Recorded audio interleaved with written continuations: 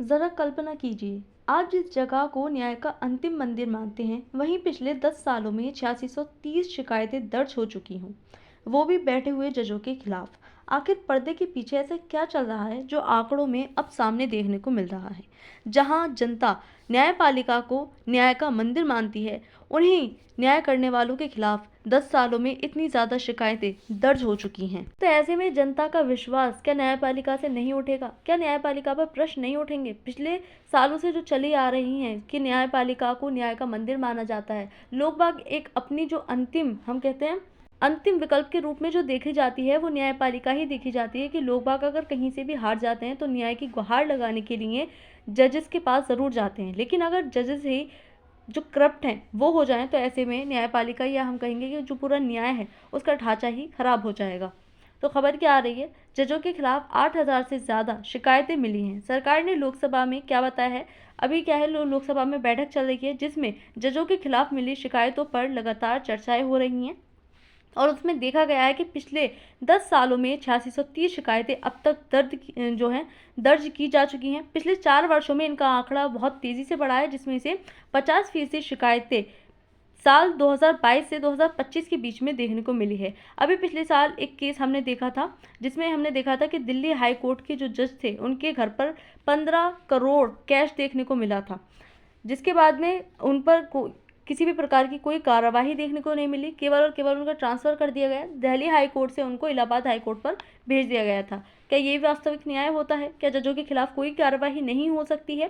क्या जजों को उनके पद से नहीं हटाया जा सकता है, वो चाहे कितना भी गलत करे? तो यही सब हम इस वीडियो में कवर करेंगे। पिछले एक दशक में न्यायाधीशों के खिलाफ 8630 शिकायतें अब तक दर्ज की जा चुकी हैं, जो कि बहुत बड़ा आंकड़ा माना जा रहा है। पोस्ट पैंडेमिक दौर में शिकायतों में वृद्धि लगातार और भी ज़्यादा देखने को मिल रही है। तो खबर अगर हम देखें तो पिछले 10 वर्षों में 8630 शिकायतें अब तक दर्ज की जा चुकी हैं जजों के खिलाफ में, जिनको हम न्याय करने वाले मानते हैं। वही जो है न्याय के भटक करके जो है उनके ही खिलाफ शिकायतें देखने को मिल रही हैं। शिकायतें वर्तमान सिटिंग न्यायाधीशों के खिलाफ हैं, जो अभी वर्तमान में जजेस हैं, जो न्याय कर रहे हैं, उन्हीं के खिलाफ ये सारी शिकायतें देखने को मिल रही हैं। महामारी के बाद शिकायतों में तेजी से वृद्धि देखने को मिली है, यानी कि कोविड-19 जो आया था, जिसके बाद में लॉकडाउन लगा, और इसके बाद में जो शिकायतें हैं उनमें लगातार वृद्धि देखने को मिली है, जिसका आंकड़ा 2022 से 2025 के बीच में सबसे ज़्यादा शिकायतों का देखने को मिला है। सरकार ने लोकसभा में लिखित जवाब में ये जानकारी दी है कि जजेस के खिलाफ कितने सारे जो मामले हैं या शिकायतें हैं वो देखने को मिल रही हैं, यानी कि जो न्यायपालिका है उसका भी जो ढांचा है वो बिगड़ता जा रहा है। हम देखते हैं कि जो जनता होती है उसको सरकार के ऊपर तो भरोसा होता ही नहीं है, लेकिन अगर कहीं पर भरोसा होता है, कहीं पर जो जनता अपना विश्वास बना पाती है, वो न्यायपालिका ही होती है। अब अगर ऐसे में न्यायपालिका के खिलाफ भी इतनी ज़्यादा शिकायतें होंगी, तो कहीं ना कहीं जो जनता है, जो लोग बाग हैं, उनका न्यायपालिका से भी भरोसा उठ जाएगा। यहाँ अलग अलग न्यूज़पेपर में आर्टिकल्स छपे हैं कि किस तरह से लोकसभा में इन पूरे आंकड़ों पर बातचीत की गई है कि जो न्यायपालिका है वो भी पूरी तरह से हिलती जा रही है। शिकायतों की जांच का तंत्र अगर हम देखें तो 1997 में सुप्रीम कोर्ट द्वारा इन हाउस मैकेनिज्म अपनाया गया था, ताकि जो जजेस हैं उनके खिलाफ जितनी भी शिकायतें होती हैं उनको जांच पड़ताल की जा सके, वो सही हैं या गलत हैं, फिर उसके अकॉर्डिंग पूरा जो एक प्रक्रिया है वो चलाई जा सके उन जजेस के खिलाफ में। इसी व्यवस्था के तहत शिकायतों की जांच होती है, यानी कि जो इन हाउस मैकेनिज्म है उसके तहत ही जो पूरे जज हैं उनके खिलाफ शिकायत होती है, जांच पड़ताल होती है, वास्तविक है शिकायत या नहीं है, फिर उसके बाद में कोई भी एक्शन उनके खिलाफ लिया जाता है। यह आंतरिक इंटरनल प्रक्रिया होती है। इंटरनल इसलिए होती है ताकि जो जनता है उनका विश्वास जजों पर और न्यायपालिका पर बना रहे। अगर ये सारे जो मामले हैं वो पूरी तरह से जनता के सामने खुलकर आ जाएं, तो जनता का विश्वास पूरी तरह से न्यायपालिका से भी उठ जाएगा। सरकार से पहले से ही उठा हुआ है, अगर न्यायपालिका से भी उठ गया तो एक तरह का जो भरोसा बना हुआ है डेमोक्रेसी में वो कहीं ना कहीं टूट जाएगा। सार्वजनिक मुकदमे की तरह खुली कार्यवाही इस पर नहीं होती है जैसे अन्य मुकदमे चलते हैं, क्योंकि मुकदमे चलाता कौन है? न्यायपालिका, जजेस से। अब ऐसे में अगर जजेस के खिलाफ ही मुकदमे चलने लगे खुले तौर पर, तो पूरी तरह से जो जनता का विश्वास है वो न्यायपालिका से लेकर के डेमोक्रेसी से उठ जाएगा। इन हाउस मैकेनिज्म होता क्या है, जिसको 1997 में लाया गया? तो न्यायपालिका द्वारा स्वयं स्थापित जांच प्रणाली है। इसको सरकार नहीं लाई है, कोई इस पर लॉ नहीं बनाया गया सरकार के द्वारा, ये खुद न्यायपालिका ने ही बनाया है ताकि जो जजेस हैं उनके खिलाफ कार्यवाही इसमें की जा सके। वरिष्ठ न्यायाधीश शिकायतों की प्रारंभिक जाँच करते हैं। जितने भी बड़े जजेस होते हैं, अपने से जो जूनियर होते हैं, उनके खिलाफ में जितनी भी कार्यवाही, अगर कोई शिकायत आती है तो उसकी जाँच पड़ताल करते हैं और उन पर जो है शिकायत अगर मिलती है, वो मामला सही रहता है तो एक्शन उन पर लिया जाता है। आरोप गंभीर होने पर आगे की कार्यवाही जो है यहाँ पर की जाती है। उद्देश्य है इसका, क्यों लाया गया ये? तो न्यायपालिका की स्वतंत्रता और जवाबदेही सुनिश्चित करने के लिए। हमारे देश में यानी कि जो हमारा संविधान है, उसने न्यायपालिका को बहुत ज़्यादा पावर दी है। पावर इसलिए दी गई थी ताकि जो जनता है, या हम कहेंगे जो सरकार है, उससे स्वतंत्र होकर के न्यायपालिका कार्य कर सके। इसमें हम देखने को मिलता है आर्टिकल 50। आर्टिकल 50 के तहत जो न्यायपालिका है, इसकी स्वतंत्रता की बात की गई है। विधायिका से इसका अलगाव कहा गया है। इस आर्टिकल को जो है संविधान में संशोधन करके भी सरकार नहीं बदल सकती है, क्योंकि ये जो है फंडामेंटल राइट, जो संविधान है, संविधान के मूल ढांचे के अंतर्गत इसको रख दिया गया है। और जो न्यायपालिका है, उसने एक परिभाषा दी है कि न्यायपालिका यानी कि जो सरकार है, वो संविधान में कहीं भी संशोधन कर सकती है आर्टिकल 368 के तहत, लेकिन उसमें जो है संशोधन नहीं कर सकती जो कि संविधान का मूल ढांचा है। अब ऐसे में आर्टिकल 50 मूल ढांचे के अंतर्गत आता है, इसलिए इसमें बदलाव नहीं हो सकता, और ये ज़रूरी भी था, क्योंकि अगर ऐसा होता तो सरकार इस नियम को बदल करके पूरी जो जुडिशरी है उसको अपने कंट्रोल में ले लेती। और सबसे ज़्यादा जो मामले हमें चलते हुए दिखाई देते हैं, वो कहीं ना कहीं MP और MLA यानी कि जो सरकार के अंतर्गत कार्य करने वाले नेता लोग होते हैं, उनके खिलाफ ज़्यादा से ज़्यादा मामले चलते हैं। इसीलिए ताकि जो जज हैं वो बिना डरे अपनी पोस्ट को एक तरह से सुरक्षित मानते हुए पूरी कार्यवाही करें, उनके खिलाफ कोई भी एक्शन ले सके आराम से, इसीलिए पूरी तरह से न्यायपालिका को स्वतंत्र रखा गया था। लेकिन इसका कहीं ना कहीं अब दुरुपयोग होता हुआ दिखाई दे रहा है। जो जजेस हैं वो इसका गलत उपयोग कर रहे हैं, करप्शन कर रहे हैं, और पूरी तरह से स्वतंत्र तो बेशक हैं, लेकिन इसी स्वतंत्रता का जो है वो अधिक लाभ उठाते हुए गलत कामों को बढ़ावा दे रहे हैं। पोस्ट पैंडेमिक वृद्धि के संभावित कारण क्यों होते जा रहे हैं? तो आज के टाइम में डिजिटल कार्य प्रणाली में वृद्धि देखने को मिल रही है। आज का दौर डिजिटल है, टेक्नोलॉजी ज़्यादा है, यहाँ पर हमें जो डिजिटल कार्य प्रणाली है उसमें इसकी वृद्धि देखने को मिल रही है। लंबित मामलों का जो दबाव है वो कहीं ना कहीं जजेस पर बना रहता है। जो मामले हैं वो लगातार लंबित होते जाते हैं। हमारे देश में हम देखने को मिलता है एक सुप्रीम कोर्ट है पूरे देश का, और उसी में जो हाई कोर्ट है उसमें उनकी संख्या है 24 से 25। अब इनमें जो जजेस की संख्या है वो 39, 40 इस समथिंग में जजेस की संख्या है। अब इतनी सारी जनता और उनकी इतनी सारी प्रॉब्लम्स, क्योंकि हम देखते हैं कि देश में, इंडिया में जो है बहुत सारी प्रॉब्लम्स होती ही रहती हैं। कभी कहीं कुछ मामला हो जाता है, कभी कुछ कहीं मामला हो जाता है। इन मामलों के तहत अगर हम देखें तो ज़्यादा से ज़्यादा जो केसेस हैं वो न्यायपालिका के पास जाते हैं, तो उन पर भी कहीं ना कहीं प्रेशर बनता है, और कहीं जो मामले होते हैं वो छूट जाते हैं।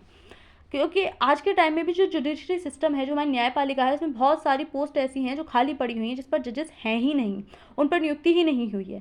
तो ऐसे में जो जज हैं उनके ऊपर काफ़ी ज़्यादा प्रभाव जो है, प्रेशर पड़ता है केस को लेकर के कि जल्दी जल्दी केस को निपटाया जाए। न्यायिक देरी को लेकर के असंतोष जो एक जनता के बीच में भड़का रहता है, क्योंकि कहते हैं ना कि न्याय जो देर से मिला न्याय है वो भी अन्याय के बराबर ही होता है, और कहीं ना कहीं भारत में यही हमें देखने को मिलता है। पारदर्शिता और जवाबदेही की बढ़ती मांग जो आज के समय में बहुत ज़रूरी भी हो गई है, क्योंकि न्यायपालिका पर जितनी तरह से अब जो है आरोप आ रहे हैं, जो जज किस प्रकार की कार्यक्रम कर रहे हैं, पिछले सालों से इतनी बड़ी संख्या में जो शिकायतें दर्ज हुई हैं, वो बताती हैं कि किस तरह से न्यायपालिका को भी पारदर्शी और जवाबदेही सुनिश्चित किया जाना चाहिए। इसकी प्रमुख चिंताएं देखें कि इसका प्रमुख किस प्रकार की चुनौतियां हमें देखने को मिलेंगी। जिस प्रकार से जजों पर शिकायतें दर्ज हो रही हैं, उसके प्रभाव समाज पर क्या देखने को मिलेगा। तो क्या आंतरिक तंत्र पर्याप्त पारदर्शी है, जो कि एक बड़ा सवाल बन चुका है, जो कि 1997 जो कि सुप्रीम कोर्ट ने खुद ही न्यायपालिका ने सिस्टम लेकर के आया कि आंतरिक तौर पर जजों की शिकायतों को जांच पड़ताल की जाएगी और उनके खिलाफ एक्शन लिया जाएगा कि ये वास्तविक में सही हो रहा है। लेकिन अगर हम देख रहे हैं तो ये पूरी तरह से पारदर्शी नहीं हो पा रहा है। ये बेशक सिस्टम आ चुका है, लेकिन कहीं ना कहीं केवल कागजों में आया है। इसका अगर सही से इम्प्लीमेंट देखें तो वो नहीं हो पा रहा है, क्योंकि पिछले 4 सालों में ज़्यादा से ज़्यादा शिकायतें दर्ज हो चुकी हैं। शिकायतों की निस्तारण की समय सीमा जो है इसको कम किया जाना चाहिए। इसमें जो है बहुत समय लग जाता है। हम देखते हैं किसी भी एक जज के खिलाफ में कोई शिकायत आती है तो उसके खिलाफ जो है जल्दी से एक्शन नहीं लिया जाता। अभी हमने दिल्ली हाई कोर्ट का, जो कि अभी मैंने बताया कि 15 करोड़ जो है कैश मिले थे, उनको केवल और केवल बहुत समय बाद में जाकर जो है ट्रांसफ़र कर दिया, लेकिन वो अभी भी अपनी पोस्ट पर बने हुए हैं। अब ये सोचिए कि इतना पैसा उनके पास में आया कहाँ से, क्योंकि एक नॉर्मल जॉब से इतनी ज़्यादा सैलरी तो नहीं आ सकती कि 15 करोड़ इकट्ठे कर लिए, इतना आलीशान बंगला, वो तो सरकार की तरफ से चलो मिल भी जाता है, लेकिन इतना ज़्यादा कैश कहाँ से आया? तो वो कहीं ना कहीं करप्ट करके, करप्शन से ही आया होगा। लेकिन इसके खिलाफ कोई कार्रवाई, कड़ी कार्रवाई यहाँ पर देखने को नहीं मिली। ट्रांसफ़र करने से किसी का क्या ही बिगड़ेगा, इन पर कोई कार्रवाई नहीं हुई। जनता का न्यायपालिका पर विश्वास जो है वो लगातार टूटता हुआ जो है नज़र आ जाएगा। अगर ये पारदर्शी जो आंतरिक तंत्र इन्होंने स्थापित किया था, अगर इसको खुलकर जनता के सामने ला दिया जाए तो जनता का विश्वास पूरी तरह से न्यायपालिका से भी उठ जाएगा। जवाबदेही बनाम स्वतंत्रता का संतुलन बनाना बहुत आवश्यक है। न्यायपालिका को स्वतंत्र रखो, लेकिन इतना भी नहीं कि वो अपने आप में ही करप्ट हो जाए। इसका दुरुपयोग पूरी तरह से आज के समय में न्यायपालिका कर रही है। बहुत ज़्यादा करप्शन हमें न्यायपालिका के अंतर्गत देखने को मिल रहा है। तो अब ज़रूरत है कि जवाबदेही न्यायपालिका की भी सुनिश्चित की जानी चाहिए, क्योंकि अगर किसी को भी हद से ज़्यादा शक्तियाँ दे दो तो वो खुद में भगवान बनकर बैठ जाता है और किसी के साथ कुछ भी करता है। शिकायतों के संभावित कारण अगर हम देखें तो न्यायपालिका में लंबित मामले जो कि लगातार बढ़ते जा रहे हैं, वर्चुअल सुनवाई के दौरान प्रतिक्रियात्मक विवाद जो कि आज के समय में होते ही हैं, आचार से जुड़े आरोप जो कि आते रहते हैं, पारदर्शिता की कमी की धारणा जो कि लगातार बनी हुई है, पूरी तरह से पारदर्शी नहीं है। और सबसे बड़ा जो मुद्दा आज के समय में बना हुआ है वो है न्यायिक नियुक्तियों को लेकर के बहस। कोलिजियम सिस्टम, कोलिजियम सिस्टम क्या होता है? इसके तहत जजों की नियुक्ति होती है। जैसे कि अलग अलग पोस्ट पर अलग अलग तौर से नियुक्तियां होती हैं, लेकिन जजेस की नियुक्ति कौन करते हैं? जजेस की नियुक्ति जज खुद ही करते हैं। और इसी वजह से हमें जजेस के अंतर्गत जो इनकी पोस्ट होती हैं उन पर हमें देखने को मिलता है परिवारवाद। अगर किसी के भी फैमिली में से कोई दादा, परदादा या कोई भी जज रहता है तो उसकी आने वाली पीढ़ियां खुद ब खुद जज तैयार हो जाती हैं। लेकिन इसके तहत क्या होता है कि जो अन्य लोग होते हैं, दूसरी जनता होती है, साधारण लोग जो होते हैं, आम जनता, उनको यहाँ तक पहुँचने का मौका ही नहीं मिलता। वो लॉयर बनते हैं, लॉयर ही रह जाते हैं, कितनी प्रैक्टिस कर लेते हैं, कितनी हाथ पैर मार लेते हैं, लेकिन जजेस वाली पोस्ट पर नहीं पहुँच पाते हैं। तो इसी के तहत हमें जो है कहीं ना कहीं जो देखने को मिलता है वो परिवारवाद इसमें ज़्यादा देखने को मिलता है। जैसे कि राजनीति में हमें परिवारवाद देखने को मिलता है, उसी तरह जजेस पोस्ट पर यहाँ पर भी परिवारवाद देखने को मिलता है। इसी को लेकर के इस पर बहस छिड़ी हुई है कि कोलिजियम सिस्टम में बदलाव करना चाहिए और जो जजों की नियुक्ति है वो किसी और तरीके से की जानी चाहिए। पूरा सिस्टम जजों के हाथ में नहीं होना जाना चाहिए। इसमें हमने देखा कि जो न्यायपालिका है वो जो है न्याय भी खुद कर रही है दूसरे लोगों के लिए, जजों की नियुक्ति भी खुद कर रही है, यानी कि पूरा जो अपना सिस्टम है वो कहीं ना कहीं खुद ही चला रही है। तो ये जवाबदेही कहाँ है? जवाबदेही मतलब अगर इनसे प्रश्न करें तो वो कहाँ कर सकता है, क्योंकि ये न्याय भी खुद कर रहे हैं, अपने काम खुद ही कर रहे हैं, मतलब किसी को इसमें इंटरफेयर करने का कोई अधिकार है ही नहीं। इस तरह से अगर सारी शक्तियाँ इनके हाथ में दे दी हैं तो ये पूरी तरह से दुरुपयोग इसका ज़रूर करेंगे, जो कि आज के समय में हमें पूरी तरह से होता हुआ दिखाई भी दे रहा है। संविधान में न्यायाधीशों को हटाने का क्या प्रावधान है? अगर किसी जज के खिलाफ कोई शिकायत मिलती है तो क्या उसको उसके पद से नहीं हटाया जा सकता?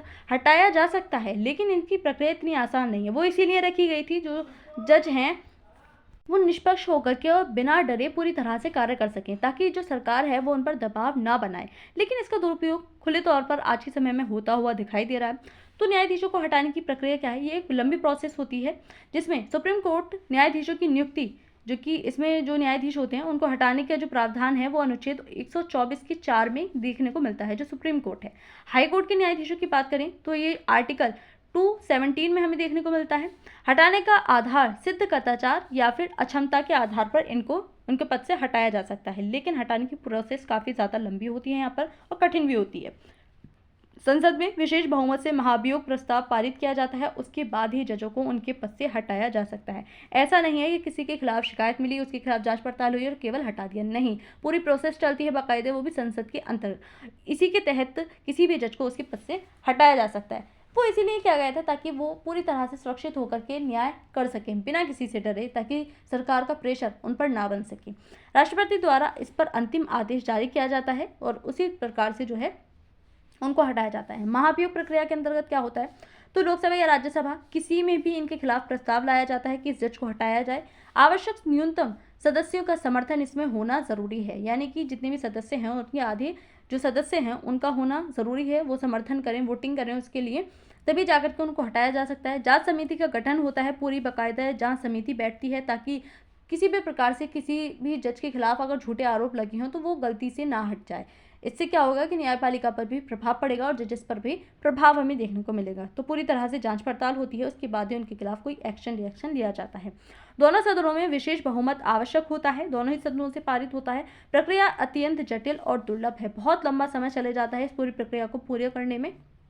क्योंकि कई बार जो प्रस्ताव होता है वो वापस भी लौट जाता है, बहुत बहसबाजी चलती है, तो काफ़ी ज़्यादा लंबे समय में जाकर के किसी भी जज को हटाया जाता है। लेकिन कम से कम हटाया तो जाए, लेकिन हम देखने को मिलता है कि ऐसा होता ही नहीं है। आज तक शायद का रिकॉर्ड है, मैं कंफर्म नहीं हूँ, शायद ऐसा रिकॉर्ड है कि आज तक किसी भी जज को इस तरह से उनके पद से हटाया नहीं गया है। क्योंकि जो पहले भी ऐसे कई मामले आए हैं कि जजों के खिलाफ शिकायतें मिली हैं, लेकिन कई बार देखने को मिला है कि उन्होंने खुद ही अपने पद से त्यागपत्र दे दिया है, ताकि वो थोड़ी सी तो उनकी गरिमा जो कि बची हुई है वो बची रहे।